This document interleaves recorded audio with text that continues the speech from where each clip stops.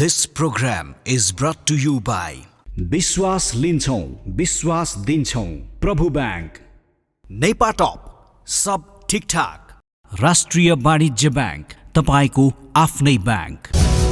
इकोट्याक नेपाल सँगै अघि बढ्दै।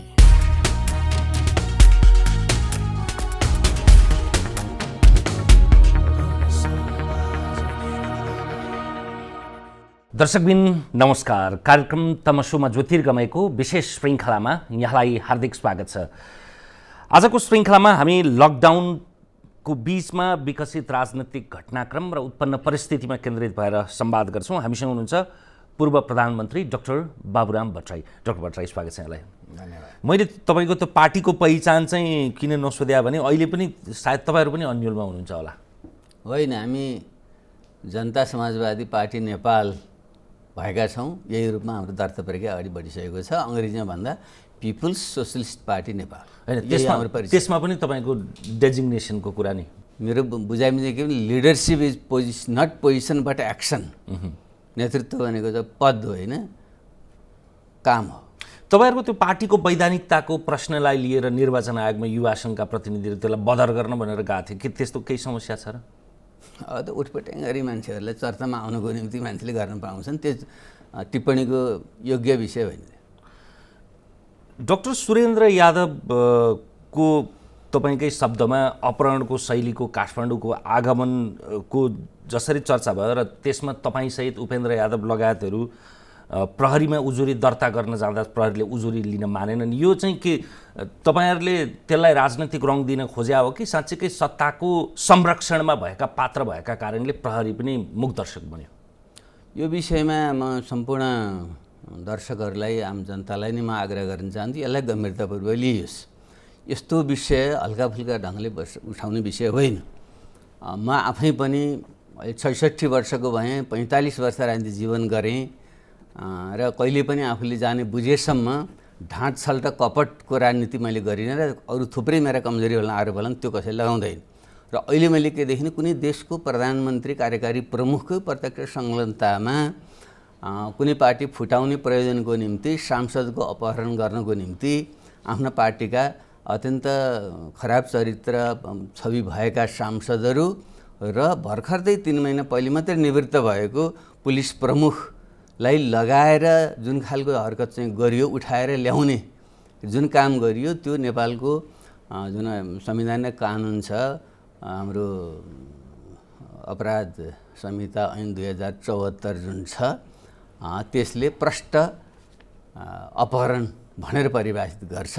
त्यसमा संलग्न हुनु अत्यन्त गम्भीर विषय। नेपालले यदि यसलाई हल गर्न सकेन भने यो राष्ट्रिय विषय मात्रै होइन, अन्तर्राष्ट्रिय विषय पनि खतरा पनि रहन्छ। तपाईँहरूले आरोप लगाएका मध्येका एकजना पात्र महेश बस्नेत जो निर्वाचित सांसद पनि हुनुहुन्छ, उहाँले हामीसँगको प्रत्यक्ष कुराकानीमै भनेअनुसार उहाँसहित अर्को किसान श्रेष्ठ अनि पूर्व आइजिपी सर्वेन्द्र खनाल 3 जनाले अरू 9 जनालाई कसरी अपहरण गर्न सक्छ? उहाँहरू आफ्नो स्वेच्छाले पार्टीभित्रको विग्रहको हल गरिदिन आग्रह गरे पश्चात ल्याएको, बरु उहाँहरूलाई ल्याएर मेरिट होटलमा राखे पश्चात चाहिँ आङ्काजी शेर्पा लगायतहरूले तपाईँको नेतृत्वमा चाहिँ उहाँलाई अपहरण गरेर तपाईँको घरमा राखेको भन्नुहुन्छ त? अनि यस्तै बेइमान कुटिल र कुतर्कहरूको मैले जवाफ दिन आवश्यक ठान्दिनँ। एउटा मान्छेको कमन सेन्स, सहज बुद्धि हुन्छ भन्ने कुरा पनि उहाँले ख्याल गरिदिनुपर्छ। उहाँहरू आफू पार्टी फुटाउन चाहन्छ, पटक पटक पार्टी फुट्न सक्छन्, त्यसमा के आपत्ति भयो त्यसमा? तर उहाँहरू किन जानुभयो? यहाँदेखि प्रधानमन्त्री कार्यालयबाट उहाँहरूले फोन गरेको कल डिटेल छ। 9 गते साँझमा यहाँबाट सर्वेन्द्र खनालले प्रधानमन्त्री कार्यालयबाट मैले फोन गर्दैछु भनेर उनले फोन गरेका छन् र उहाँहरू राति गएर बस्यो। 3 बजे बर्दिवासमा पुगेर होटलमा गौतम होटल भन्ने बसेको अभिलेख छ र त्यसपछि बिहान 9 बजे उहाँहरू सिधै सोध्दै नसिधै उहाँको गेटमै एकचोटि 3 जना चाहिँ उहाँहरू चाहिँ पुग्नु आज खबर नगरिकन र त्यसपछि उहाँले सुरुमा फकाइ फुलाइ गरेर बर्दिवाससम्म र बर्दिवासमा ल्याइसकेपछि आफूले लिएको गाडीमा चाहिँ हालेर धम्काइपूर्ण ढङ्गले चाहिँ उहाँहरूले पुरै पुलिससँग सेटिङ मिलाएर रातारात ल्याउनु भएको छ र बाटोबाट उहाँले प्रधानमन्त्री कार्यालयमा फोन गर्नुभएको छ। त्यो पनि कल डिटेल छ र त्यसमा अब यो त भोलि भेरिफिकेसन गर्दा होला प्रधानमन्त्री स्वयंले उहाँसँग कुराकानी गर्नुभएको मैले चिनेको छु भनेर डाक्टर यादवले भन्नुभएको छ। भने यस्तो कुरालाई पनि कसैले बङ्ग्याएर कुतर्क गर्छ भने यसको चाहिँ फैसला हुनु पऱ्यो, यसरी त्यसै थियो भने त उहाँले त मुद्दा दर्ता गरेर मलाई त दण्डित गर्नु म त तयार छु नि त, म त कुनै दण्ड भोग्न तयार छु। तर अपहरण गरेर ल्याएको हो भने त्यो पात्र एउटा सांसद, पिएचडी गरेको डक्टर, मेडिकल डक्टर, अनि त्यहाँबाट उसका आफ्नो सहयोगीलाई पनि ल्याएको छ, ल्याएर होटलमा राखेको छ, अनि उसका आफन्तहरू पनि सँगै आएका छन्, त्यो कसरी अपहरण हुनसक्छ? अब अपहरण अनेक त हामीले अपहरण भन्ने बित्तिकै हिन्दी फिल्महरूमा आउने पट्टी बाँधेर चाहिँ कन्सेप्टमा गोली ताकेर चाहिँ लछार पछार गर्दै लगेको, रुँदै कराउँदै चाहिँ हिँडेकोलाई हामीले चाहिँ अपहरण भन्ने गर्छौँ। अपहरणलाई त्यो मात्रै त मान्दैन। हाम्रो परिभाषा के भन्छ भने बल प्रयोग गरी वा नगरी, हिंसापूर्ण हतियारको प्रयोग गरी वा नगरी, त्यो जुन हाम्रो अपराध संहिताको 211 नम्बर दफाको 2 नम्बर छ, त्यसको परिभाषाले मान्छेलाई चाहिँ विभिन्न ढङ्गले लाई फकाएर, झुक्क्याएर, धम्क्याएर, उसको गाडीमा चाहिँ विभिन्न ढङ्गले चाहिँ कब्जा गरेर एउटा ठाउँबाट अर्को ठाउँमा लिएर जाने गतिविधि चाहिँ अपहरण हो भनेर परिभाषित गरेको छ। भने उहाँलाई विभिन्न ढङ्गले धम्क्याएर सिधै चाहिँ तपाईँलाई मुद्दा लगाइदिन्छु र म अब चाहिँ अख्तियारको चाहिँ प्रमुख हुनेवाला छु, अब प्रधानमन्त्री बोलाउनु भएको छ, हिँड्नुहोस्, नत्र तपाईँलाई राम्रो हुँदैन भनेपछि मान्छेले बुझ्नु परेन। त्यसो गरेर चाहिँ त्यो त कन्सेप्टमा गोली तेर्स्या भन्दा पनि गम्भीर प्रकारको चाहिँ आतङ्क हो नि त। तपाईँ आउने भनेर यसअगाडि कार्यक्रममै भनिएका कारणले दर्शकहरूका कयौँ प्रश्नहरू छन्, अलि कठोर प्रश्नहरू पनि छन्। यदि त्यो शैली अपहरण जस्तो थियो, त्यो कानुनी कारबाहीमा दायरामा आउनुपर्छ भने पनि त्यो स्वाभाविक हो। तर त्यो प्रश्न उठाउन डाक्टर बाबुराम भट्टराईलाई चाहिँ नैतिक रूपमा दिँदैन। त्यस्ता केही पुराना नजिरहरूको हवाला दिँदै भनिएको छ। हिजो दैलेखका पत्रकार डेकेन्द्र थापाको हत्या होस्, अथवा काँसी तिवारी प्रकरण होस्, अथवा मुक्तिनाथ अधिकारीदेखि लिएर नन्दमायासम्म, त्यसमा चाहिँ त्यो नैतिकता कहाँ गएको थियो र यति बेला यो नैतिकता चाहिँ जुर्मुराएर आयो? होइन, यो त सुन्नु न, त्यस कारण त्यो दुईवटा त्यो एउटा राज्य विरुद्ध विद्रोहको क्रममा भएको चाहिँ एउटा दुई राज्य र विद्रोही पक्षबीचको चाहिँ युद्धको क्रममा भएका घटना थिए। त्यस कारण त्यो विशुद्ध एउटा राजनीतिक विद्रोह थियो, हिंसा र प्रतिहिंसाको श्रृङ्खला थियो। त्यसलाई चाहिँ एउटा पार गरेर हामीले वृहत शान्ति सम्झौता मार्फत त्यसलाई हल गरेर एउटा विधि अपनाएर हामी टुङ्ग्याएर गइसक्यौँ। त्यसलाई उसले चाहिँ हल भइसक्यो। फेरि पनि कतिपय विषयहरू चाहिँ अझै सत्यनिरूपण मेलमिलाप आयोबाट टुङ्ग्याउन बाँकी छन्, त्यसले चाहिँ छानबिन गरेर पत्ता लाग्यो। त्यसमा मेरो व्यक्तिगत रूपमा शान्ति सम्झौताको परिधिभित्र रहेर मैले गरेका चाहिँ कुनै त्यस्ता चाहिँ अपराधहरू रहेछन् भने दण्डित गर्ने ठाउँ त छँदैछ, मलाई दण्डित गर्नुपर्छ। त्यसको निम्ति सत्यनिरूपण तथा मेलमिलाप आयोग र बेपत्ता आयोगले छिटो काम सम्पन्न गर्यो र त्यसका दोषीलाई म बाबुराम प्रसन्न लगायतका सबैले, शेरबहादुर, माधव नेपाल, केपी ओली, जो हुनुहुन्थ्यो त्यति बेला सत्तामा विभिन्न काल, हामी सबैलाई दण्डित गरोस्, त्यो एउटा पाटो हो।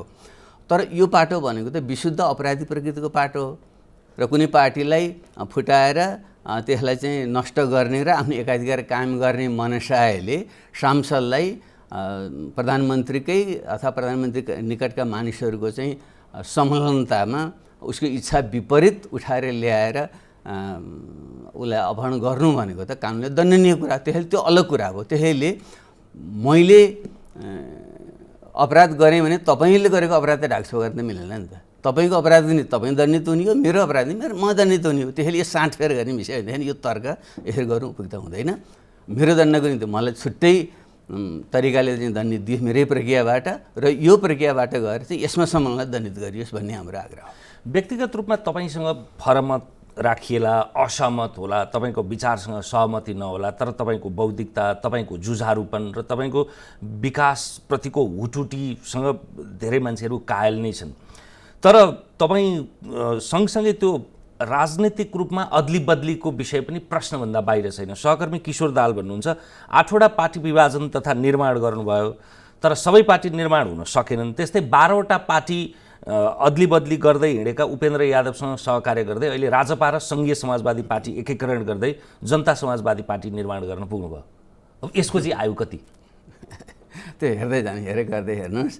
पार्टी फेरबदलको कुरा हो नि, विचारमा बाबुराम भट्टराई कहाँ छ? बाबुराम भट्टराई उपेन्द्र समाज रूपान्तरण र लोकतान्त्रिक समाजको लोकतान्त्रिकरण गर्ने र त्यो समाजमा रहेका विभिन्न वर्ग, जाति, क्षेत्र, लिङ्ग, समुदायलाई समानता र न्याय दिलाउने र त्यसको जगमा टेकेर राष्ट्रिय एकता कायम गरेर समाजलाई समृद्ध बनाउने यो अभियानमा उनीहरू छन्। त्यसको निम्ति कुनै कालमा सुरुमा काङ्ग्रेस पार्टी नै एउटा माध्यम थियो, धेरै मान्छे काङ्ग्रेस पार्टीमा काम गरे। त्यसपछि कम्युनिस्ट पार्टी आयो, एउटा समानताको नारा लिएर कम्युनिस्ट पार्टी आयो, धेरै मान्छेले चाहिँ त्यसमा रहेर काम गरे। अब अहिले स्वतन्त्रता, समानता र एउटा समावेशी लोकतन्त्रको चाहिँ एउटा युग छ। यो नयाँ विचार विश्वव्यापी रूपमा छ। यसलाई ग्रहण गरेर हामी फेरि आफूलाई चाहिँ नयाँ यो समाजवादी पार्टीको रूपमा अगाडि बढाउँदैछौँ। त्यसैले मुख्य कुरा हाम्रो चिन्तन, दृष्टिकोण के हो र समाजको चाहिँ आवश्यकता अलिकति एजेन्डा के हुन् भन्ने आधार हामीले हेऱ्यो। कतिवटा पार्टी फेऱ्यो भनेको हामी पार्टी फेरि होइन, पार्टी बदलिँदै गएका हुन् र यो पार्टी जनता समाजवादी पार्टी देशको चाहिँ एउटा भरपर्दो विकल्प चाहिँ छिटै बन्छ।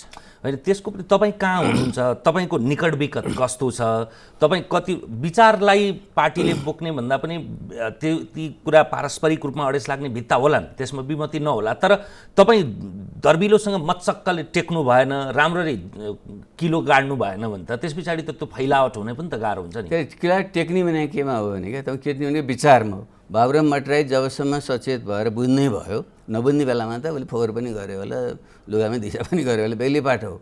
तर जब ऊ बुझ्ने वयस्क भएर आयो त्यसपछि उसको एउटा श्रृङ्खला तपाईँ हेर्नुहोस् त, उसले निरन्तर निरङ्कुशताको विरुद्ध, राजतन्त्रको विरुद्ध विरोध गरेको छ। जनताको लागि लोकतन्त्र बराबरीको अवधारणा अन्तर्गत चाहिँ लोकतान्त्रिक मूल्य मान्दै जानुपर्छ भन्नेमा निरन्तर रह्यो। त्योभन्दा अझ माथि उठ्यो, यो देशका विभिन्न उत्पीडित वर्ग, जाति, क्षेत्र, लिङ्ग, समुदाय सबैलाई न्याय हुने ढङ्गले राज्यको रूपान्तरण हुनुपर्छ भनेर लाग्यो। त्यसैले यो विचारमा उद्दृढ छ कि छैन? कतिपय मान्छेहरू कहिले चाहिँ राजालाई मानेर हिँडेको छैन, भोलिपल्ट गणतन्त्रवादी भएको छ। बाबुराम भट्टराई त्यो रहेन।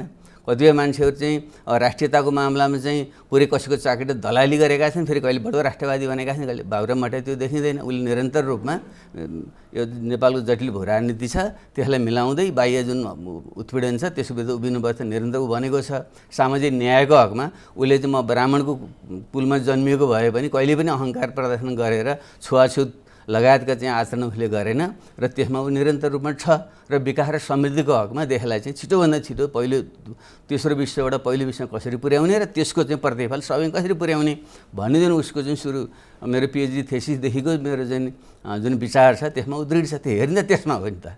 त्यसरी हेर्नुहोस् तपाईँले, त्यसमा चाहिँ म यताउति भएको देखियो भने भन्नुहोस्, दण्डित गरेर म तयार छु। लोकतन्त्रमा त जनताले फैसला गर्छ, अन्यथा भने कुतर्कको निम्ति कुतर्क, जनता ध्यान अन्यत्र मोड्ने ढङ्गले विषयवस्तु उठाउनु चाहिँ उपयुक्त नहोला। चिन्ने र जान्नेहरू तपाईँको व्यक्तित्व र बुद्धिमत्ताको प्रशंसा गर्छन्, तर फेरि सँगसँगै निर्णयको हकमा चाहिँ तपाईँको आफ्नो सुझबुझ र निर्णय नभएर तपाईँको पारिवारिक हस्तक्षेप परेको, राजनैतिक यात्रा र निर्णय क्षमतामा अस्थिर भएको, तपाईँको परिवारमा पनि विभिन्न भ्रष्टाचारका मुद्दाहरू मुछिँदै आएको, त्यसैले भविष्यमा विश्वास गर्ने आधार के? यस्तो तथ्य कुरै होइन। बाबुराम भट्टराईको जस्तो चाहिँ अत्यन्त सरल र सहज परिवार मलाई लाग्छ नेपालमा एकाध औँलामा तपाईँले गर्न सक्नु होला। उसको चाहिँ एउटा बुवा हुनुहुन्छ 90 वर्षको, उहाँ चाहिँ एउटा साधु सन्त प्रकृतिको हुनुहुन्छ। उहाँले चाहिँ अहिले पनि गाउँमा चाहिँ एउटा युधिष्ठिर हरिश्चन्द्र भनेर गाउँमा उहाँको छवि छ र उहाँ बारे कुनै समस्या भएन। मेरो पत्नी छन्, उनी आफै एउटा आर्किटेक्ट इन्जिनियर, 13 वर्षसम्म उसमा चाहिँ उनले पढाइन् र कम्युनिस्ट नेताहरूमध्ये जसको चाहिँ काठमाडौँमा चाहिँ केही पनि एउटा डेरा पनि राम्रोसँग बस्न सक्दैन थिए। उनको त्यति बेला चाहिँ पैतृक सम्पत्ति धर्मरत्न एमी जो आफै 7-8 साल मन्त्री थिए र आमाले चाहिँ दिएको थोरै दाइजोको भरमा चाहिँ उनको चाहिँ कोटेश्वरमा उनको घर थियो आफ्नै, र ती सबै परित्याग गरेर उनी 10 वर्षमा भूमिगत गइन् र अहिले आएर अहिले पनि उनी आफूले चाहिँ नक्सा कोर्काएर गरेर चाहिँ आफूलाई पेट पाल्ने, हामीलाई सधैँ पाल्ने हैसियत उनले राख्छिन् भने त्यहाँ उनमाथि चाहिँ अनावश्यक लान्छन लाउनु त्यो मेरो एउटी मात्रै छोरी छन्। मेरो एउटी मात्रै छोरीको चरित्रबारे मैले भन्नुपर्ने सबैले भन्छन् भने यस्तो सहज खालको परिवार भएको मान्छे बाबुराम भट्टराईले पारिवारिक कारणले गर्दा दामी मामी भयो भन्नु त्यो तथ्यसँग त हुँदै होइन। यो ईर्ष्या र डाहाको चाहिँ अभिव्यक्ति मात्रै हो। त्यसैले आगामी दिनमा पनि मलाई चाहिँ यो जुन सहजता छ परिवारको त्यो प्राप्त हुन्छ र यसको जगमा टेकेर देखेर जनताको निम्ति म निरन्तर त्यो बाटोमा लागिरहेको छु। कुनै अवरोध मलाई छैन र हुने छैन। ईर्ष्या र डाहा निरन्तर रूपमा तपाईँलाई यो आरोपणको तहमा सम्भवतः अब हिसिलाजीलाई त कतिपय अवस्थामा दक्षिण एसियाकै सबभन्दा भ्रष्ट महिला भन्नेसम्म भने किन आयो त? अनि तथ्य कहाँ छ भन्नुको जे भन्ने पनि त भयो। फलानु चोर पकेट मारभन्दा अगाडि के भन्छ तपाईँले धेरै थाहा रेलवे स्टेसनमा बसमा यात्रा गर्नु भने चोर चोर चोर भने हल्ला गरेर सबै कता कता हेर्छ ऊ सुइँ भागिसक्यो नि। यो त्यस्तो प्रवृत्ति हो यो भन्ने गलत ठाउँमा भनेको त। भोग्दाखेरि पनि barking on the wrong tree भन्छ नि, त्यो इस्लामीमाथि जसो पारे चाहिँ ऊ आफै सम्पन्न मान्छे भएको सम्पत्ति चाहिँ गुमाएर डेरामा बसिराखेका छन्, तिनलाई त्यो आरोप लगाउनु कहाँबाट पुष्टि हुन्छ भन्न कहीँ अपुष्ट कुरा। यो चाहिँ यस्ता मान्छेहरू जो हिंसाबोध पालेर बसेका छन् तिनको ईर्ष्या र डाहाको अभिव्यक्ति भन्दा यो केही पनि होइन। अलिकति यो फरक प्रसङ्ग यो हुन चाहिँ अब यो अहिलेको एकदमै रसाकसीभन्दा अलि लामो समयमा आनन्दले बसेर कुरा गर्न सकिने जस्तो प्रश्न छ।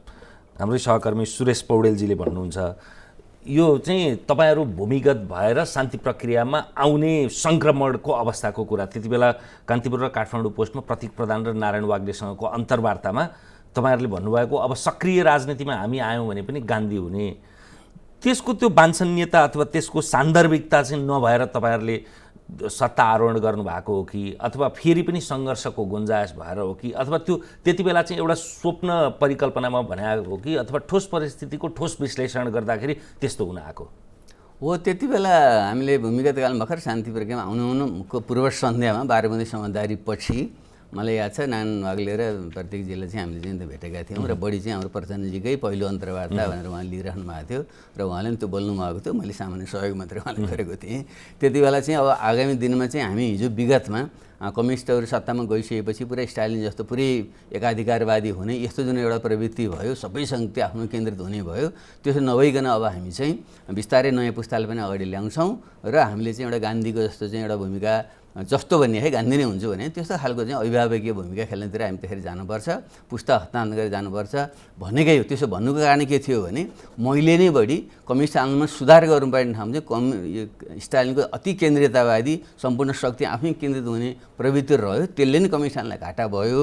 त्यसलाई सच्याउने हो भने हामीले चाहिँ लोकतान्त्रिक गरेर जानुपर्छ, सम्पूर्ण शक्ति एउटा व्यक्तिमा केन्द्रित गर्नु हुँदैन भन्ने कुरा चाहिँ बहस गर्दै गएर अन्त्यमा चाहिँ माओवादी पार्टीले चाहिँ 21औं शताब्दी जनवादको विकास भन्ने प्रस्ताव चाहिँ पारित गरेको थियो। मेरै जोड बलमा भलै प्रचण्डजीले त प्रस्तुत गर्नुभयो तर त्यसको चाहिँ मुख्य भाष्यकार र चिन्तक चाहिँ म थिएँ।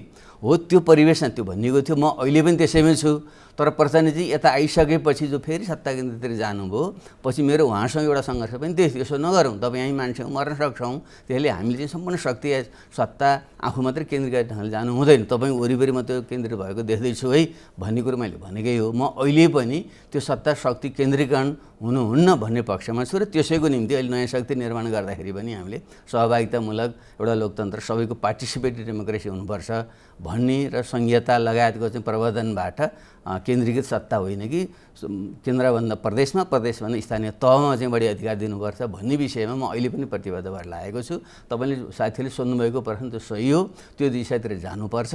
त्यसमा चाहिँ विविध कारणवश चाहिँ हिजो त्यति बेला त सत्तै आरोहण नगर्ने, हामी त के अरे किङ नबन्ने किङ मेकर बन्ने भन्ने थियो नि त होइन। त्यस्तो व्यवहारिक कुरै होइन त्यो त भने तर हामी त्यस्तो शक्ति केन्द्रीकृत गर्दैनौँ, सधैँ आजीवन बस्दैनौँ भने हो नि त्यो त। त्यति बेला त हामी भर्खर शान्ति प्रक्रियामा आएका छौँ, मूल नेतृत्व छ, शान्ति यो संविधान बनाउनु छ, सेना समायोजन गर्नु छ।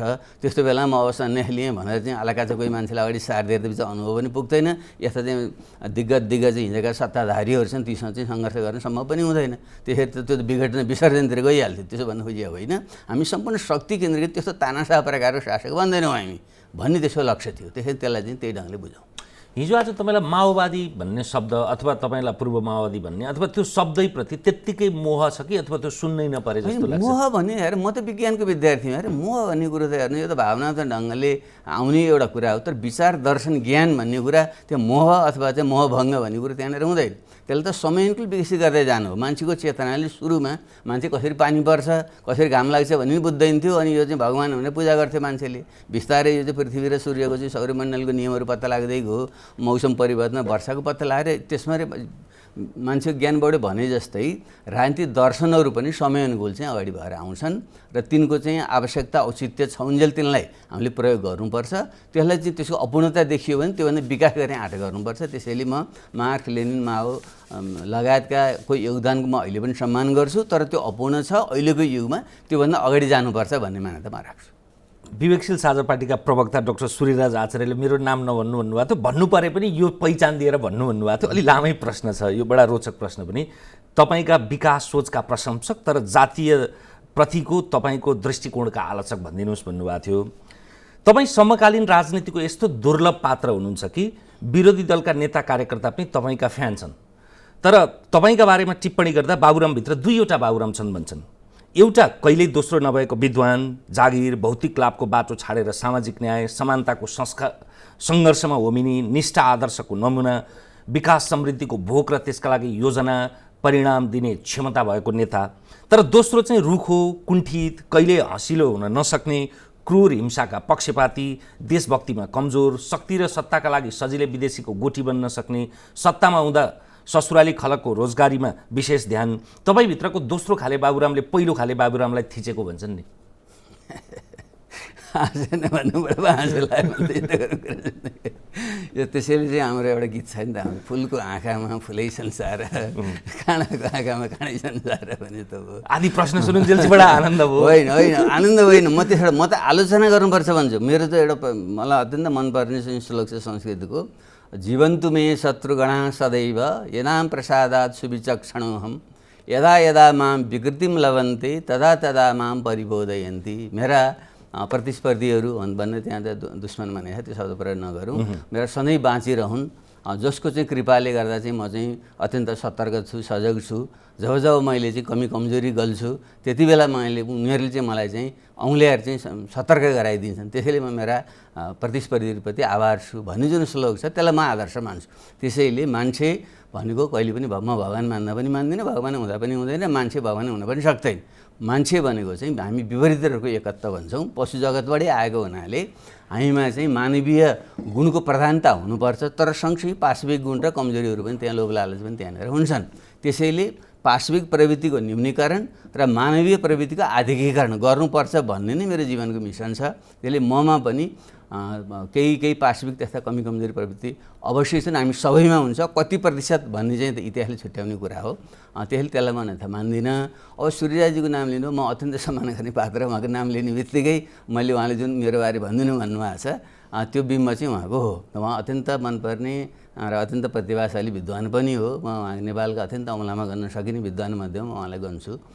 र खालि उहाँसँग चाहिँ एउटा हाम्रो अहिले बहस के हुन्छ भने यो नेपालमा तपाईँले जातीयता प्रश्न उठाइनु हो भन्नुभयो कि जातीयता शब्द मैले कहिले पनि मैले त नेसनलिटी शब्द प्रयोग गर्छु, मैले राष्ट्रियता शब्द प्रयोग गर्छु। जुन मानव समुदायको अलग भाषा, संस्कृति, भूगोल, अर्थतन्त्र, मनोविज्ञान, रूपरङ्ग हुन्छ तिनीहरूलाई चाहिँ राष्ट्रियता भनिन्छ।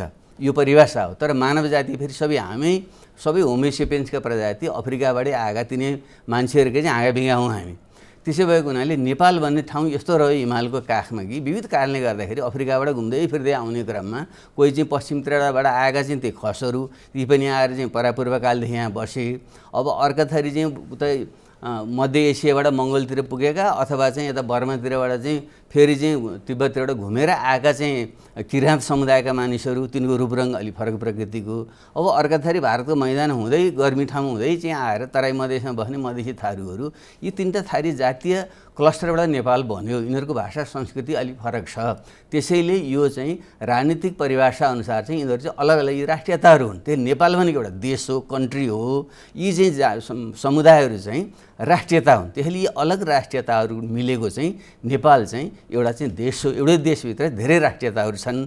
तिनीहरूको चाहिँ सम्बोधन गरेर सबैको सहभागिता बनाएर जानुपर्छ, तब मात्रै नेपाल एकताबद्ध हुन्छ भन्ने मान्यता म राख्छु। हो, यो कुरो बुझाउन नसक्दाखेरि चाहिँ यो चाहिँ जातीयतावादी जातीय शब्दै मैले प्रयोग गरिरहेको छु। त्यो त कास्ट हो, जाति भन्छ। तपाईँले भनेको यही कुरा नि, यो नयाँ निर्माण भएको दहलमा तपाईँहरूले बहुराष्ट्रिय राज्यको अवधारणा घोषाउनु भयो नि, यो एक प्रकारले संसारभरि नै पनि बहुराष्ट्रिय राज्य प्राज्ञिक चासोको विषय त होला, तर नेपालमा चाहिँ कसरी बुझिन्छ भने यो चाहिँ विखण्डन गर्ने प्रयोजनबाट ल्यायो भनेर भन्छन्।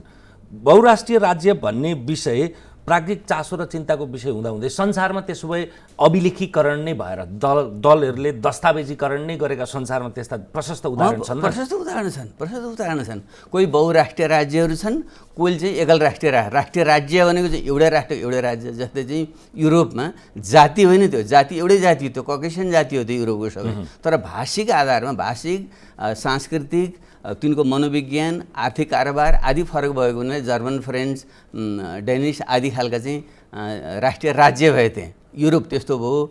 भारत चाहिँ के हो भनेदेखि यहाँ चाहिँ विभिन्न यो भाषा जाति संस्कृति फरक खाएको उता द्राविडियन छन् दक्षिणतिर छन् उत्तर पूर्वमा चाहिँ एउटा मङ्गोलियन खालका मान्छे छन् यतापट्टि चाहिँ आएर चाहिँ उनीहरू चाहिँ आर्यन प्रकारका मानिसहरू छन् भाषा संस्कृति फरक छ त्यसैले चाहिँ भारत जस्तो देश भनेको चाहिँ बहुराष्ट्रिय चाहिँ एउटा देश हो र नेपाल पनि त्यसरी बहुराष्ट्रिय देश हो त्यसले यो त इतिहासमा जहाँसुकै छ यो कुरा त त्यसले यसको अल्पज्ञान भएर पनि मान्छेहरूलाई यो नबुझ्ने कुरा एकापट्टि भयो र केही मान्छेहरूमा चाहिँ कस्तो अहङ्कार प्रदर्शन छ भने आफ्नो जातिकै प्रभुत्व रहने गरी चाहिँ परिभाषित गरिनुपर्छ भन्ने मान्यता राख्छ यसो गर्नु त सही हो हामी त मानव जाति हौँ हामी सबै हिसाबले त हामी त नेपाल भनेका अथवा संसारभरि बस्ने मान्छेको त जात त एउटै हो होमोसेपियन्स हो हाम्रो मूल जात त मूल प्रजाति त हाम्रो तर त्यसभित्रका राष्ट्रियताहरू जो हाम्रो भाषा भूगोल संस्कृतिले निर्धारण गर्छ त्यसमा चाहिँ हामी फरक छौँ यी सबैको सम्मान गर्दै सबैको परिचय स्थापित गर्दै एउटा चाहिँ देश बनाउन सक्यौँ भने यसले चाहिँ दिगो शान्ति हुन्छ दिगो शान्तिले सुशासन ल्याउँछ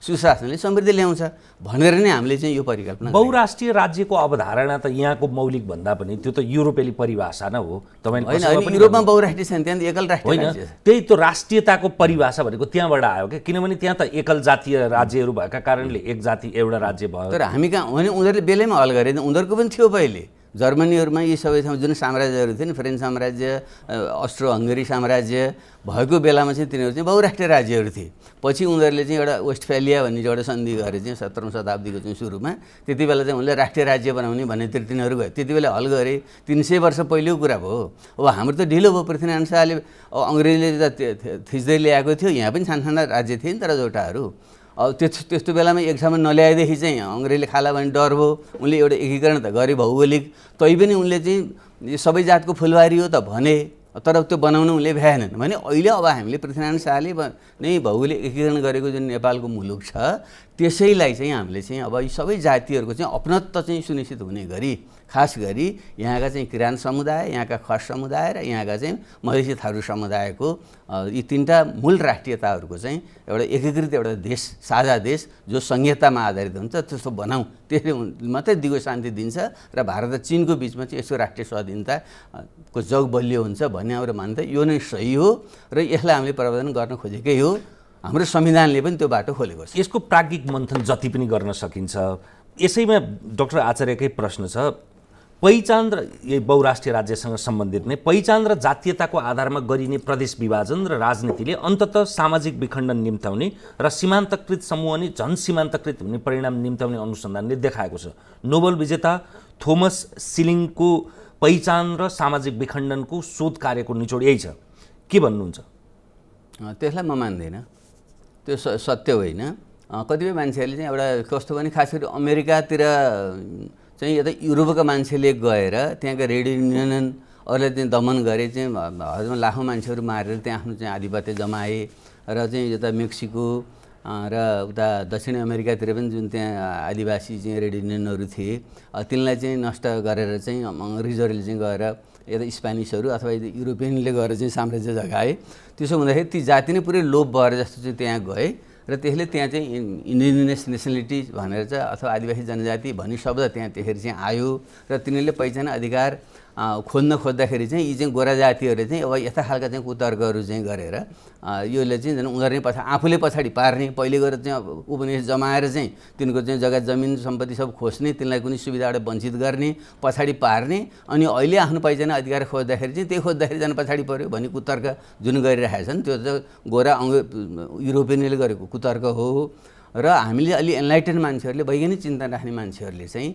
जे यथार्थ छ त्यसलाई स्वीकार गरेर सबैको चाहिँ पहिचान अधिकार सुनिश्चित गर्ने र सत्ता राज्य सत्तामा सामाजिक र प्राकृतिक साधन स्रोतमा उनीहरूको चाहिँ पहुँच सुनिश्चित गर्ने ढङ्गले जानुपर्छ त्यो नै लोकतन्त्रको मूल्य मान्यता हो यसमा चाहिँ अलिकति सूर्यजीसँग हाम्रो अलग्गै बहस हुन्छ मेरो लामो बहस हुन्छ उहाँ लामो समय जापानमा बसेर आउनुभयो जापानमा चाहिँ यस्तो हाम्रो जस्तो चाहिँ राष्ट्रिय विविधता थिएन त्यहाँ उनीहरू चाहिँ एउटै राष्ट्रियता त्यो एउटै चाहिँ मङ्गोल नस्लकै मान्छेहरू त्यहाँ रहे र भाषिक रूपमा पनि उनीहरूको चाहिँ मूल भाषिक सानसाना अलिअलि भए पनि मूल चाहिँ त्यो जापानीहरूकै रह्यो त्यहाँ त्यसले उहाँ चाहिँ त्यो एकल राष्ट्रिय राज्यमा बसेर आउनुभयो र त्यो कल्चरले गर्दाखेरि पनि त्यसले गर्दा विकास भएछ के जापानको भन्ने उहाँको दिमागमा परेको छ तर नेपाल भनेको त्यो बहुराष्ट्रियता विविधता भएको मुलुक हो भौगोलिक रूपमा पनि यो चाहिँ सामाजिक सांस्कृतिक रूपमा पनि विविधता भएको मुलुक हो भने विविधता भएको मुलुकको समाधान त विविधताभित्रैबाट खोज्नु पऱ्यो नि त्यसै भएकोले त्यहाँनिर हाम्रो चाहिँ बहस छ, त्यो गर्दै जाउँ।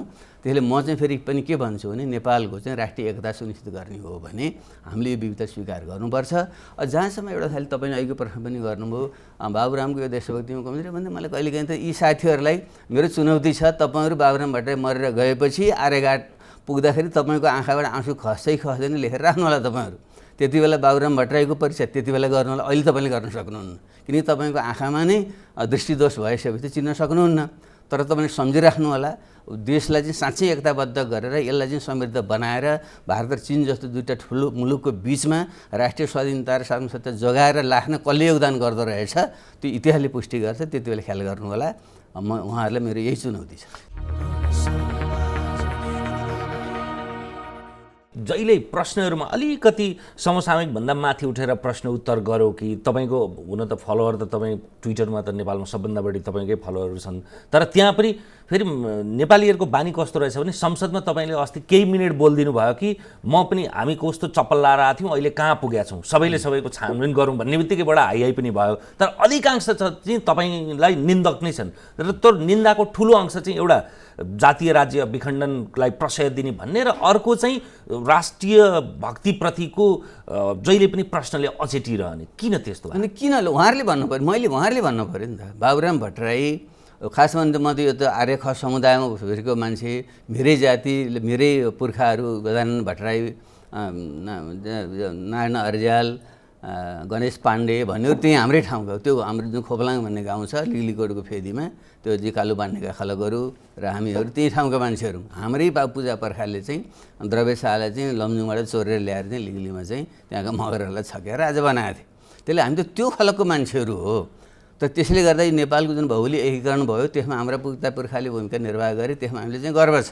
तर अब त्योभन्दा अगाडि गएर पिता पुर्खाले पुरा गर्न नसकेको बाँकी काममा पुरा गर्न खोजिरहेको छु। त्यो के हो भने यो देशका चाहिँ जुन किराँत मूलका जातिहरू हुन् र चाहिँ अझै खस भनेको आदिवासी खसहरू जुन कर्णाली र सेती महाकालीतिर छन्, ती खसहरू वास्तविक पुराना खसहरू र तराई मधेसमा बस्ने मधेसी थारूहरू, यिनीहरूलाई समेत नेपाली राज्यको मूल प्रवाहमा चाहिँ ल्याएर देशलाई एकताबद्ध गरौँ र सबैलाई समृद्धि ल्याउने खालको चाहिँ नेपाल बनाऊँ भन्ने सपना बोकेर पो म हिँड्दैछु त। त्यसैले यसको निम्ति बाबुराम भट्टराई लागेको छ। अब यो बुझाउन अलिकति कठिन छ। मैले आज बिहान मात्रै पनि रेडियो नेपालमा हेरेर चाहिँ प्रश्न गर्दै हुनुहुन्थ्यो, मैले उहाँलाई नि भने, यहाँ पनि म दोहोऱ्याउँछु, म अहिले चाहिँ यो उसको अवधिमा लकडाउनको अवधिमा केही 3-4 किताबहरू चाहिँ मैले पढेँ। तीमध्ये चाहिँ एउटा चाहिँ मैले पहिले पनि भनेको छु, बालकृष्ण पोखरेलको चाहिँ खस जातिको चाहिँ इतिहास भनेर बडो लामो अप्ठ्यारो पढ्न गाह्रो खालको किताब छ। अब त्यो मैले किन लिएर पढेको छु भने खसहरू वास्तवमा के हो भन्ने कुरो हाम्रो धेरै मान्छे बुझिरहेका छैनन्। खस भनेको त एउटा महाजाति, उनले जाति भने शब्दै प्रयोग गरिरहेका छन् भने खसलाई चाहिँ जाति भने उनले किराँतलाई जाति उनले भनिरहेका छन्। भले त्यहाँ मिक्सअप भएको छ भन्ने पनि छ। त्यसैले त्यो पढ्नु पऱ्यो सबैले के। त्यसले म त एउटा विज्ञानमा तथ्यमा विश्वास गर्ने मान्छे, तथ्यले सत्यले जे साबित गर्छ त्यो स्वीकार्छु। त्यो सत्यले के भन्छ भनेदेखि हामी होपी सेपियन्स प्रजातिका यो अलग्गै जुन हामी हाँगा छौँ, खस किराँत मधेसी थारू, हामी सबैले चाहिँ मिलेर चाहिँ यो देशलाई चाहिँ समृद्ध बनाउनुपर्छ र सबैको निम्ति चाहिँ सम्मान पहिचान स्थान हुनुपर्छ भन्ने। यसैको निम्ति भारत र चीनसँग सन्तुलित सम्बन्ध राखौँ भन्ने मेरो चाहिँ बनायो। कि त अब अहिलेको जमानामा चाहिँ हिजो जस्तो साम्राज्य बढाउने युग त थिएन। हिजो नत्र गोर्खालीहरू चाहिँ उता जम्मू काश्मीरसम्म र चाहिँ पूर्व टिस्टासम्म त पुगेकै हो। अब त्यसो गर्छु भनेर त सकिँदैन, झन् उल्टो भएको नि गुम्ने खतरा हुन्छ। त्यो जे भूगोल प्राप्त छ यसलाई जोगाएर जानको निम्ति भारत र चीन दुइटैसँग चाहिँ राम्रो सम्बन्ध राखौँ र आफूलाई बलियो बनाऊँ। आफू बलियो बनाइसकेपछि खास गरी भारतसँग चाहिँ 1950 लगायत सुगोली सन्धिदेखि यताका जुन असमान सम्बन्धहरू छन् त्यसलाई चाहिँ आफू बलियो भयो भने त्यसलाई बदल्न सकिन्छ। कमजोर भयो त कराएर चाहिँ एकछिन चाहिँ उफ्रने फेरि चाहिँ उनकै पल्टा परिन्छ। जस्तै केपी ओलीले त्यही गर्नुभयो। र केपी ओलीको पृष्ठभूमि के अन्यथा म भन्न चाहन्छु, साथीहरूलाई खालि म सुसूचित मात्रै गर्न चाहन्छु, सबभन्दा बढी लाभ लिएको त उहाँहरूले हो। नेपालमा सबभन्दा ठुलो चाहिँ एनजिओ चाहिँ के छ भन्नु त मदन भण्डारी फाउन्डेसन छ। त्यसको मन लाग्छ त्यसको सम्पत्ति मूल्याङ्कन गर्नुभयो भने अरबौँ खरबौँ सायद त्यो छ भने त्यसको स्रोत के हो, कहाँबाट आयो त्यो? त्यसरी त्यसको जगमा उहाँले पार्टी कब्जा गरेर सत्ता पुगिराख्नु भएको छ। त्यसको स्रोत खोज्नुहोस् त, म धेरै जाने, मैले यति मात्रै सङ्केत गरेँ। त्यस्ता मान्छे राष्ट्रवादी जसलाई तपाईँले त्यो परस्त भन्छन् त्यहीँबाट सबभन्दा बढी हो। त्यस्ता मान्छेले चाहिँ ती चाहिँ राष्ट्रवादी त्यो बाबुराम भट्टराई त अहिलेसम्म चाहिँ डेरा आफ्नो भएको श्रीमतीको घरसँग बिचरा बेचेर घरमा भएकी श्रीमतीलाई समेत चाहिँ लिएर चाहिँ डेरा खोज्दै चाहिँ दसतिर चाहिँ सर्दै हिँडिरहेछ भने त्यो मान्छे चाहिँ किन दलाली गर्छ होला कसैको भन्नु त। त्यसैले यो तथ्य होइन, यो भ्रमबाट मुक्त हुन मेरा चाहिँ खास गरी आर्य समुदायका युवा पङ्क्तिलाई म आग्रह गर्छु र बालकृष्ण पोखरेलको किताब चाहिँ सबैले पढ्नुहोस् भन्ने म आग्रह गर्छु। अहिले तपाईँले अब चाहिँ अति भयो, अब सरकार बदल्नुपर्छ भन्ने अभियान थाल्नु भएको छ, किन के कारणले अति भयो? होइन, अति किन भयो भने लोकतन्त्रमा आफ्नो विचारहरू राखेर जनताको मत लिएर सत्तामा जाने, सत्ता सञ्चालन गर्ने अधिकार हुन्छ, म त्यसको पक्षमा छु। तर केपी शर्मा ओलीले एउटा चाहिँ राष्ट्रियताको भावना भड्काएर जनताले पनि एकचोटि चाहिँ झुक्किएर नै भन्छु मैले उहाँको त्यो हैसियतै रहेनछ, हैसियत भएको मान्छे होइन। तपाईँले चाहिँ पहिले चिन्नु भएको थियो? मलाई आशंका थियो पहिले, अरू साथीहरू त भन्थे, राधाकृष्ण मैनाली लगायत नजिकमा चिन्ने मान्छेहरूले त भन्नुहुन्थ्यो यो त बडो उठपटेङ्गालको मान्छे हो भन्नुहुन्थ्यो, त नि घोचिया हुन् कि भने जस्तो मलाई लाग्थ्यो। तर अब हेर्दाखेरि त म त कस्तो लाग्यो भनेदेखि उहाँ त एउटा अल्पज्ञान र अहङ्कारको पुञ्जर छ क्या उहाँको। त अल्पज्ञानी मान्छे अहङ्कारी भइदिनु बडो खतरनाक ककटेल हुन्छ नि। उहाँ त्यस्तो प्रविधि अरूको आफू पनि नबुझ्ने नजान्ने र जानेको छु भने देखाउनु पर्ने, अरूको कुरा पनि नसुन्ने। त्यो कारणले गर्दाखेरि चाहिँ अहिले उहाँले 2 वर्षसम्म जुन काम गर्नु, म एउटा पनि उल्लेखनीय काम पनि गर्न सक्नु। उहाँका नजिक भएका पनि अर्थमन्त्री, त्यो परराष्ट्र मन्त्री लगायत मान्छे विचार राम्रै छविभएका मिहिनेत गरी मान्छेहरू छन्, बिचरा उहाँले परिणाम देखाउन सक्नु भएको छैन। किन यस्तो हो भनेर बुझ्छु। उहाँ साथीले भन्छ उनले सुन्दैन, कसै कुरै सुन्दैन हुने, केपी ओली यस्ता अहङ्कारी चाहिँ मान्छे छन्, कसैको कुरा पनि सुन्दैन भन्नुहुन्छ उहाँका नजिकका मान्छे। अहिले मैले हेर्दै आउँदै के देखेँ भने त्यो पनि ठुलो कुरो भयो, मलाई आपत्ति भएन। अहिले त उहाँले एकपछि अर्को गर्दै भएका संस्था जम्मै भताभुङ्ग पार्न थाल्नुभयो। अब अहिले पछिल्लो चरणमा यहाँसम्म आइपुग्दाखेरि अब यो भ्रष्टाचार काण्ड चाहिँ छोडिदिनु उहाँले जुन यति काण्ड रोम्नी काण्डहरू हुँदै काण्डै जुन एउटा मचाउनु भयो त्यसलाई पनि जनताले बुझिसकेका छन्। अब अहिले यहाँसम्म आउँदा सांसद अपहरण काण्ड समेतमा एउटा देशको प्रधानमन्त्री प्रत्यक्ष रूपले संलग्न भएर हरकत गर्न मिल्छ, त्यसको निम्ति राष्ट्रपतिले समेत प्रयोग गरेर चाहिँ अध्यादेश जारी गर्ने, अनि त्यो मुद्दा लिन पनि पुलिसलाई चाहिँ गरेर मुद्दा लिन नदिने र जुन संस्थाहरू छन्, संवैधानिक अङ्गहरू छन्, त्यो पनि पुरै कब्जा गर्नको निम्ति अध्यादेश ल्यायो नि त उहाँले। जबकि हामीले चाहिँ चेक एन्ड ब्यालेन्स गर्नको निम्ति भनेर प्रतिपक्षी दलका नेता समेत रहने व्यवस्था गरेका थियौँ।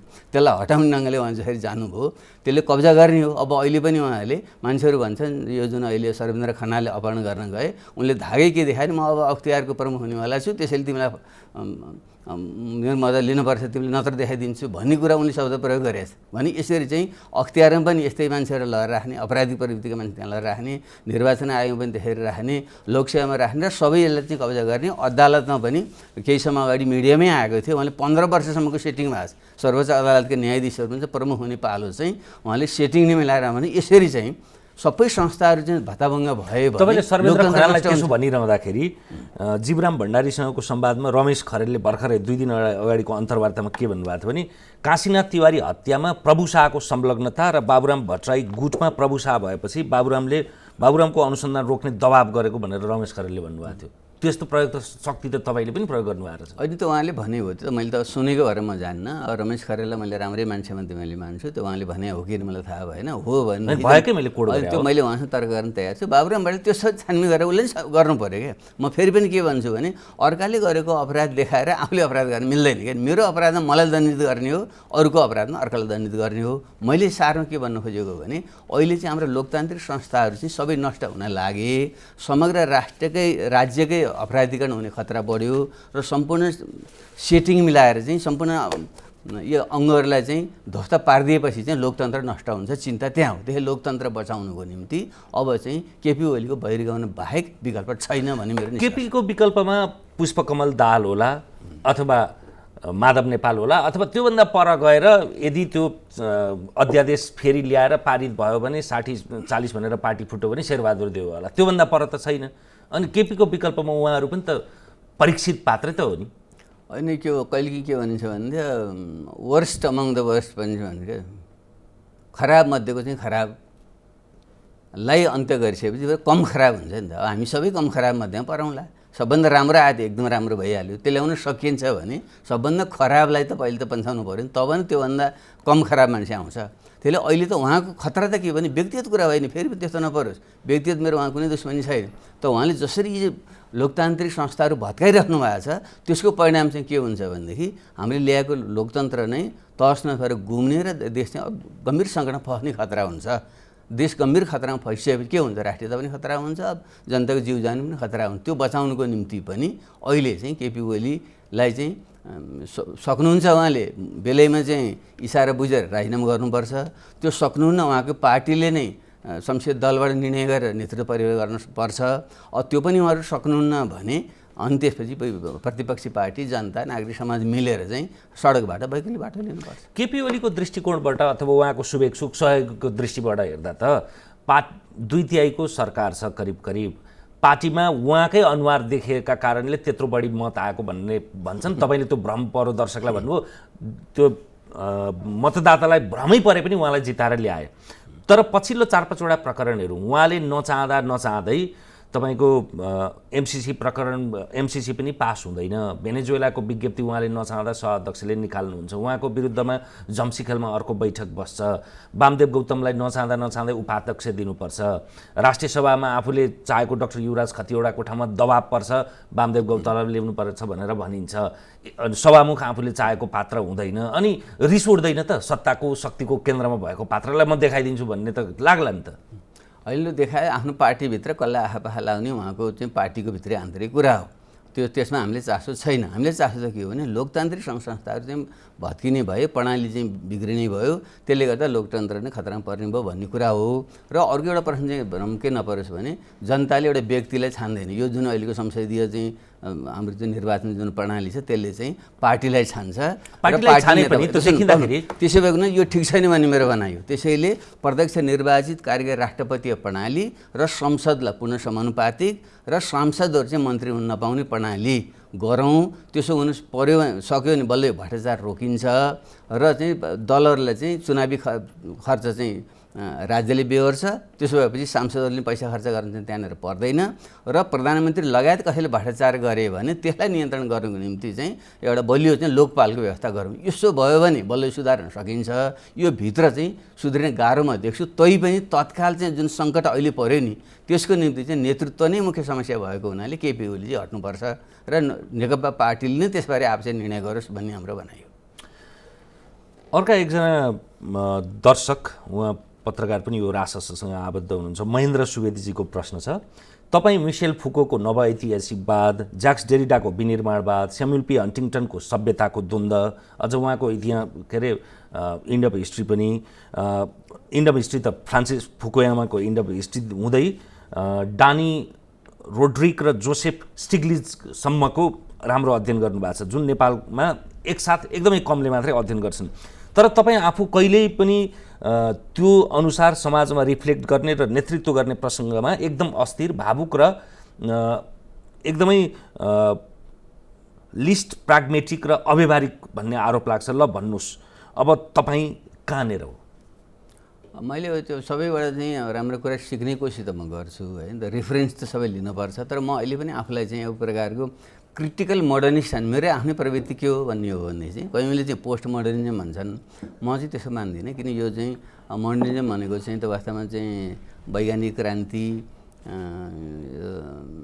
एउटा लोकतान्त्रिक क्रान्ति र पोस्टमोडर्निजम भन्ने त एक प्रकारले त्यो राजनीतिक भाष्य हुनलाई डेरिडाबाट मिसेल फुकोको मोडर्निजमको अझ तपाईँको नव उदारवादको एउटा के अरे एउटा कलेबर नै हो त्यो। त्यसरी हेर्दा त त्यो चाहिँ उहाँले के गर्नु भने त्यो पनि म के भन्छु भने एनलाइटनमेन्टको प्रोजेक्ट चाहिँ अलिकति बहुआयामिक थियो। त्यसमा चाहिँ स्वतन्त्रता, समानता, भ्रातृत्वका तिनटै अङ्गहरूको एकीकृत स्वरूपमा त्यसलाई बुझिएको थियो। पछि उदारवादी लोकतन्त्र अथवा पुँजीवादी लोकतन्त्रले खालि व्यक्ति स्वतन्त्रतालाई मात्रै गर्यो। पछि मार्क्सले त्यसलाई विकास गर्छु भनेर चाहिँ वर्गीय समानताको कुरा ल्याएर चाहिँ यो सोसियलिजमतिर गयो। तर यो दुइटै फेरि राज्यको नियन्त्रणमा र बजारको छाडावादमा जाँदाखेरि जुन खालको अराजकता आयो, मेरो चाहिँ बुझाइ चाहिँ के हो भने जुन मान्छेहरूको बिचको जुन एउटा फ्र्याटर्निटी हो र जुन जातीय क्षेत्रीय लिङ्ग जुन खालको एउटा पहिचान हो, यी सबैलाई सम्बोधन गर्ने गरी व्यक्तिगत स्वतन्त्रता र चाहिँ सामाजिक न्याय र समानता र यी सबै समुदायहरूको चाहिँ आफ्नो अलग अलग पहिचान सहितको चाहिँ एकताको जुन एनलाइटन प्रबोधन युगको जुन मान्यता थियो त्यसलाई पक्रेर अझै अहिलेको युगअनुसार विकास गर्नुपर्छ भन्ने त म राख्छु। त्यसले अहिलेको नयाँ विचार, वैकल्पिक शक्तिको खोजी भनेको चाहिँ त्यही नै रहेछ। हामी लोकतन्त्रमा आधारित समाजवादको कुरा अहिले गर्नुको अर्थ त्यो। जनता समाजवादी पार्टीको चाहिँ वैचारिक धारणा हुन त तपाईँले अघि पनि पार्टी प्रधान होइन, व्यक्ति प्रधान होइन, विचार प्रधान हो भन्नुभयो नि, तर त्यो पार्टी सञ्चालन गर्न पनि सङ्गठन चाहियो, सङ्गठनका लागि त्यस्तै विरासत चाहियो। अनि एउटा व्यक्ति पनि हाम्रो जस्तो तपाईँले भने जस्तो प्रत्यक्ष निर्वाचितमै गए पनि त त्यो एक प्रकारको सङ्गठन त चाहिन्छ होला नि त। आजको जस्तो हाम्रो जस्तो क्याडर बेस्ड राजनैतिक दल गठन हुने प्रक्रियामा, अनि त्यहाँ चाहिँ तपाईँ कहाँ त? होइन, सङ्गठन त चाहिन्छ, तर सङ्गठन भने विचार मात्रै सङ्गठन चाहियो क्या। यो त न त सङ्गठन त बिना क्लबहरूको पनि यो प्रकार सङ्गठन हुन्न, ग्याङ्स्टरहरूको अपराधीहरूको पनि सङ्गठन हुन्छ। त्यस्तो भन्दा पनि विचार नीति सिद्धान्तमा आधारित एउटा स्वैच्छिक प्रकारको चाहिँ आबद्धता चाहिँ राजनीतिक दल हुनुपर्छ क्या नि। त्यस्तो बनाउनुपर्छ। अहिले नहोला, किन चेतना स्तर कम छ, आर्थिक विकास स्थिति कम छ, सांस्कृतिक स्तर कम छ, तैपनि त अगुवा नेताहरूको चेतना त माथि हुनु पऱ्यो नि त। त्यसैले नेता भनेकै अरूभन्दा अलिक पर देख्ने हो, अरूभन्दा अलिक छिटो देख्ने हो। त्यस्तो प्रकारको नेतृत्वले चाहिँ अहिलेको देशको आवश्यकता भनेको यो देशको विविधतालाई सम्बोधन गर्ने गरी, म अहिले पनि भन्छु, प्रत्यक्ष निर्वाचित राष्ट्रपति प्रणाली भयो भनेदेखि चाहिँ कमसेकम 3 करोड जनता अथवा 1.5 करोड 2 करोड जुन मतदाता छन् तिनले छान्न पाउँछन्। तिनको बुद्धि चाहिँ अहिले 15-20 हजार मान्छेले चाहिँ छानेको मान्छे भन्दा चाहिँ बढी उपल स्तरको चाहिँ हुनसक्छ र बेटर मान्छे छानिन सक्छ, उपयुक्त मान्छे छानिन सक्छ भन्ने मेरो भनाइ हो। त्यो यदि तपाईँले अहिले गठन गरेको यो दल अथवा तपाईँहरूले गठन गरेको यो दल सही हो, सुविचारित हो भने त्यसका लागि त प्रधानमन्त्रीले अध्यादेश ल्याइदिनु पर्यो अनि रातारात मौका छोप्नु पर्यो। त्यो गलत कुरो हो। हामी, तपाईँलाई थाहा होला, यो अहिलेको वैशाख 15 गते आज हो, पोहोर साल वैशाख 21 गते मैले नै हाम्रो नयाँ शक्ति पार्टीको बहरमल स्थित कार्यालयमा तत्कालीन नयाँ शक्ति, तत्कालीन सङ्घीय समाजवादी फोरम, तत्कालीन राष्ट्रिय जनता पार्टी र अहिलेसम्म कायम रहेको जनमुक्ति पार्टी 4 पक्ष मिलाउँ भनेर मैले वार्ता चाहिँ त्यहाँ आयोजना गरेको थिएँ। त्यति बेलादेखि नै हाम्रो वार्ता प्रक्रिया अगाडि बढेको थियो। पहिले हामी 2 पार्टी मिल्यौँ, पछि अहिले हामी तेस्रो पार्टीसँग हामी मिलेका छौँ। अब हामी चौथो र पाँचौँ पार्टीहरूसँग पनि मिलेर यसलाई अगाडि बढाउँदै लिएर जान्छौँ। यसले चाहिँ यो अध्यादेशले मिलाइदिया होइन, हाम्रो पहिलेदेखिको प्रयत्न हो यो। अब अलिकति यो कोरोनाको कहरको अर्थ राजनीतिक पाटोतर्फ जाउँ। अबको विश्व व्यवस्था कस्तो होला यो कोरोनाको कहर पछाडि? यस्तै रहन्छ? रहँदैन। अब एउटा तपाईँले ठिक कुरा उठाउनु भयो। दुर्भाग्यवश हामी यो विषयमा बहस हामीले गर्न पाएनौँ, छलफल भएन।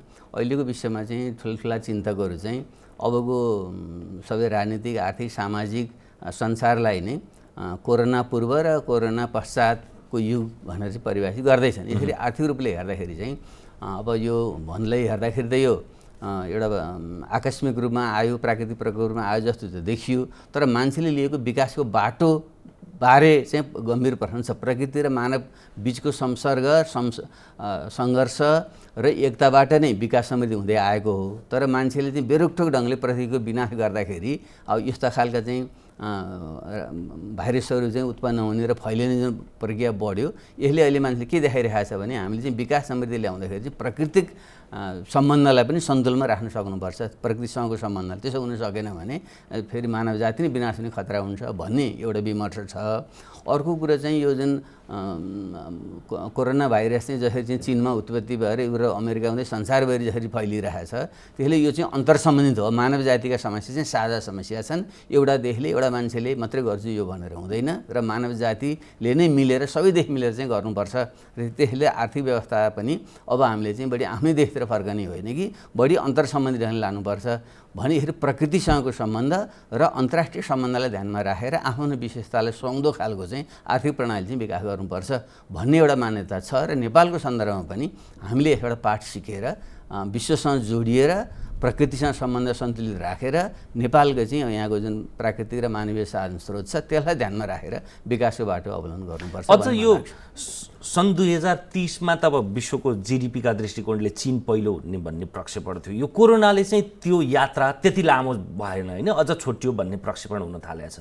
किनभने चीनले कोरोनाको जसरी सफल रूपमा व्यवस्थापन गर्यो, अमेरिकामा अब त्यो नेतृत्वका कारणले हो कि अथवा उनीहरूको राजनीतिक पद्धति नै त्यस्तै हो कि अहिलेको एकदमै गैर जिम्मेवारी र जवाबदेहीविहीनपूर्ण अवस्थाका कारणले अब चीनको त्यो ऊर्ध्वगमनको अग्रसरता अझै छोटिएको हो। त्यो अब यो बहस र छलफल छ। अब यही बारेमा अब मेरो पर्याप्त ज्ञान त छैन, तर मेरो बुझाइ के छ भने स्वतः मेरो चाहिँ एउटा उसले चाहिँ के भन्छ भने स्वतः नै एसिया ऐतिहासिक ढङ्गले सुरुमा 16औँ शताब्दीसम्म यो अगाडि नै थियो। भारत र चीन नै त्यति बेलाको चाहिँ अर्थतन्त्र कुल जिडिपीमा चाहिँ झन्डै 1/3 अङ्ग चाहिँ तिनीहरूले चाहिँ बेहोर्थे।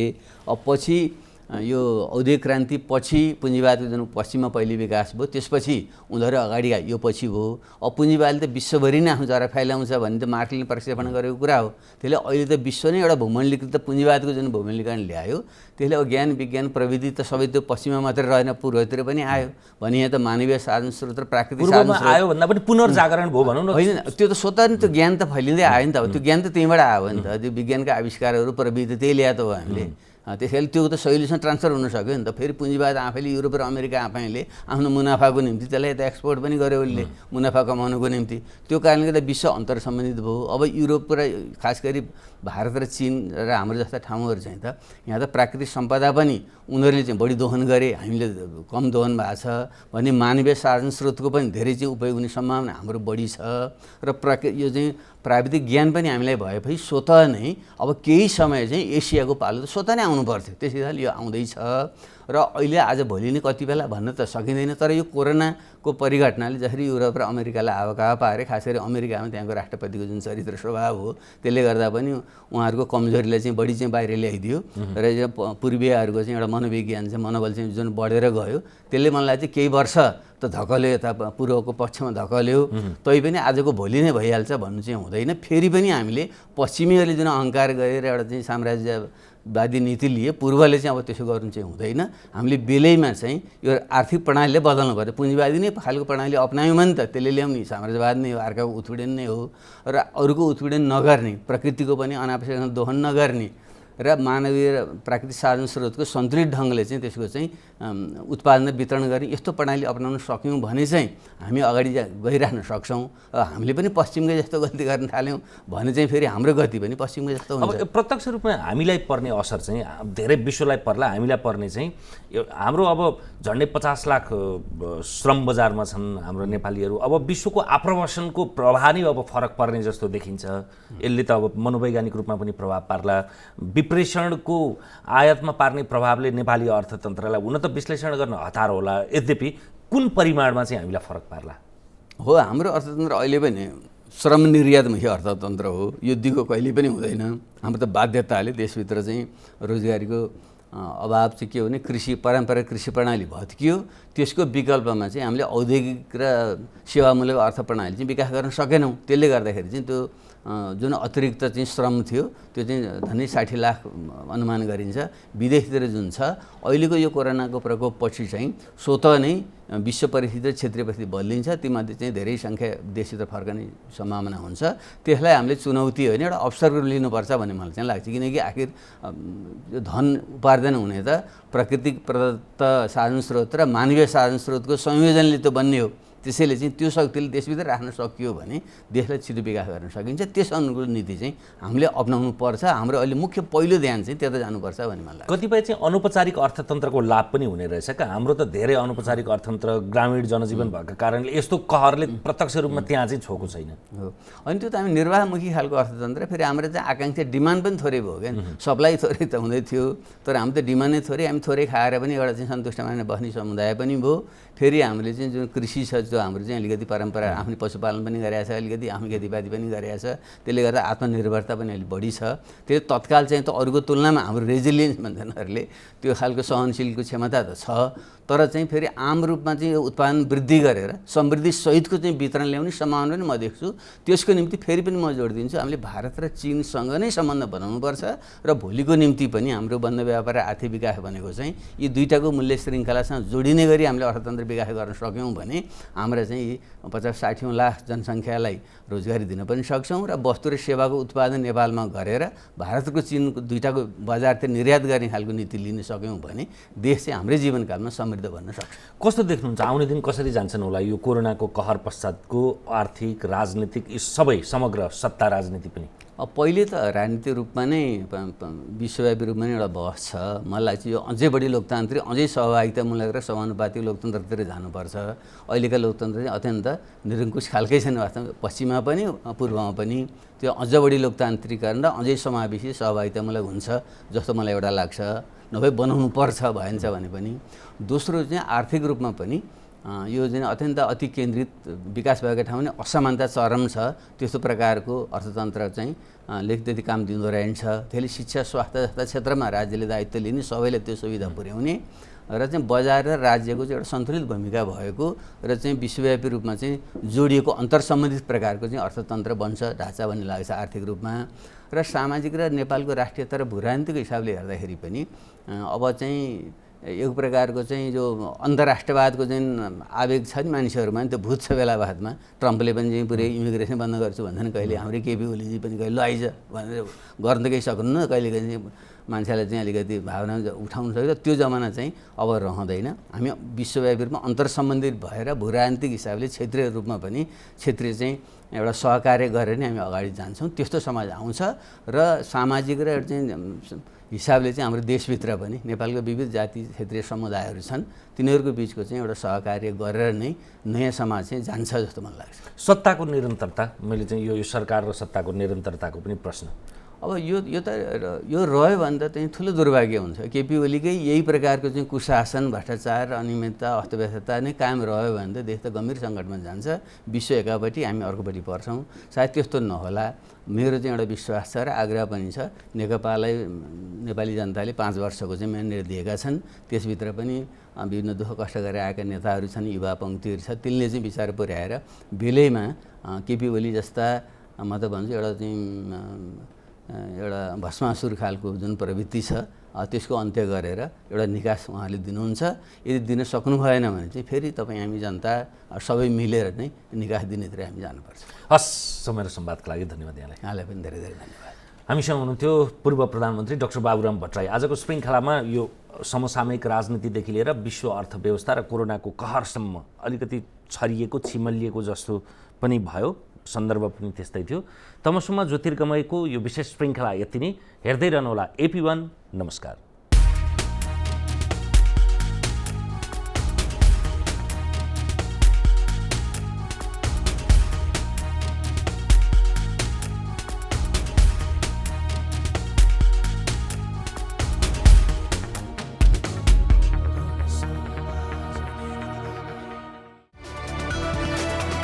It's an AP1 presentation.